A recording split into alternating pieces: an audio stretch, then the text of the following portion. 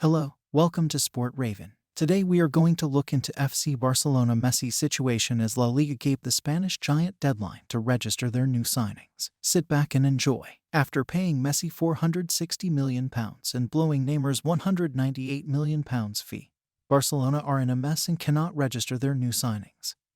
Laporta and Xavi must save their season before it's even begun. Barcelona have been unable to register their 5 summer signings with La Liga. The club now face the prospect of having to leave new players in the stands. Barcelona are £1.14 billion in debt, but have been Europe's biggest spenders. President Joan Laporta has been raising new funds through financial levers, but these levers have been described as Barcelona mortgaging their future. Who better to sum up the shambolic mess at FC Barcelona than club president Joan Laporta? "We have passed from a terminal illness. Now we are in the intensive care unit," he said earlier this summer. "We need to activate financial levers to move us back into the ward and out of the hospital." Football's grandest institution, a whopping £1.14 billion in debt, is crumbling. And, with just 2 days until Barcelona kick off their league season, the club are prohibited from registering their 5 summer signings by La Liga. About £140 million worth of players. Yes, you read that right. A club more than £1 billion in the red has made a trolley dash to spend more money than any team in Europe. With signings such as the prolific striker Robert Lewandowski from Bayern Munich and former Leeds talisman Rafinha. Fans on social media have compared the club to a friend who says they're unable to pay you back the £20 they owe you, then you see them spending freely at the pub on a Friday night. Or as Bayern Munich boss Julian Nagelsmann put it, the only club that has no money but buys every player they want. It's crazy, kind of weird. But enough of the analogies and Laporta talking in riddles. How did a club steeped in such a rich history get to the precipice of extinction? And why have they seemingly decided that the way out of the crisis is to spend, spend, spend? Think back to August 2021. The image will haunt Barcelona fans. Lionel Messi, the club's greatest ever asset and the greatest footballer ever to walk the planet, wiping away tears as his upper lip quivered in sorrow and grief during his forced goodbye for Paris Saint-Germain. Over the 4 years from his final contract extension in 2017, the club paid Messi more than £460 million, as his salary tripled within 10 years. The team whose motto is Mes que un club became more like Messi's club. The Argentine could voice discontent about a coach and, within days, the coach would be sacked. New managers would come in and turn to him at half-time.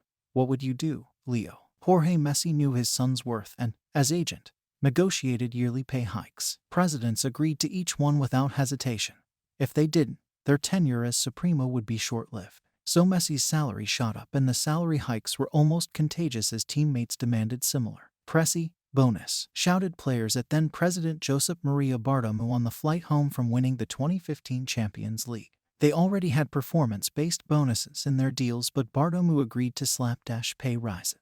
Messi, through no fault of his own, was both their greatest asset and a parasite. 21 years after signing his first contract on a napkin, as Jorge felt the offer was too good to be true, so immediately needed it in writing, Messi was forced out to protect the future of the club as COVID wreaked financial havoc. Some suggested that Messi should accept a huge wage cut if he loved the club so much, but Spanish employment law prohibits anything but marginal salary reductions. In truth, the club's decline started long before Messi's teary departure. Some point to the £198 million sale of Neymar in 2017, also to PSG. They spent the money on Ousmane Dembele and Philippe Coutinho, both relative flops. Scouting departments have failed in La Masia.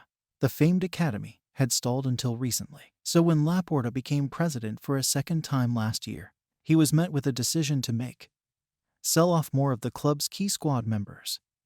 And with it, as he said, fade into years of irrelevance or invest in the team. Club insiders call it a virtuous circle, a gamble that investing in the team and having a brand on the pitch will make everything else tick financially. Which brings us back to the present day, and Lewandowski, who scored 344 goals in 375 games for Bayern Munich. Despite being 33 years old, he is Barcelona's boldest signing since they sold Neymar, but they cannot register him due to La Liga's financial fair play rules. In Spain, spending caps are preventative rather than punitive as seen elsewhere in Europe. The league insists Barca must raise around £85 million before Sadi's clash with Rayo Vallecano if they are to register Lewandowski and co. The club have survived this summer by activating economic levers, or palancas, to raise money. They have sold future TV rights, paid club by club in Spain rather than to the league as a whole, and a quarter of their in-house TV company, Barcas Studios. The club are effectively mortgaging their future. There's also the ludicrous saga with Manchester United and Chelsea target Frenkie de Jong,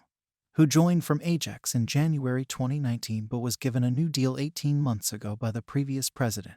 Barca say that contract is illegal as it includes deferred payments. They want him to return to his original deal which, of course, is on much lower terms. Aside from all this mess, there is some romance still at Camp Nou, and not just because it is available for hire as a wedding venue and a way to raise cash. Manager Xavi, central to Pep Guardiola's great team from 2008 to 2012, is doing a fine job. He took over with the club in 9th and led them to runners-up. Now the club must activate Operation Salada, a plan in which they sell fringe players to free up wages.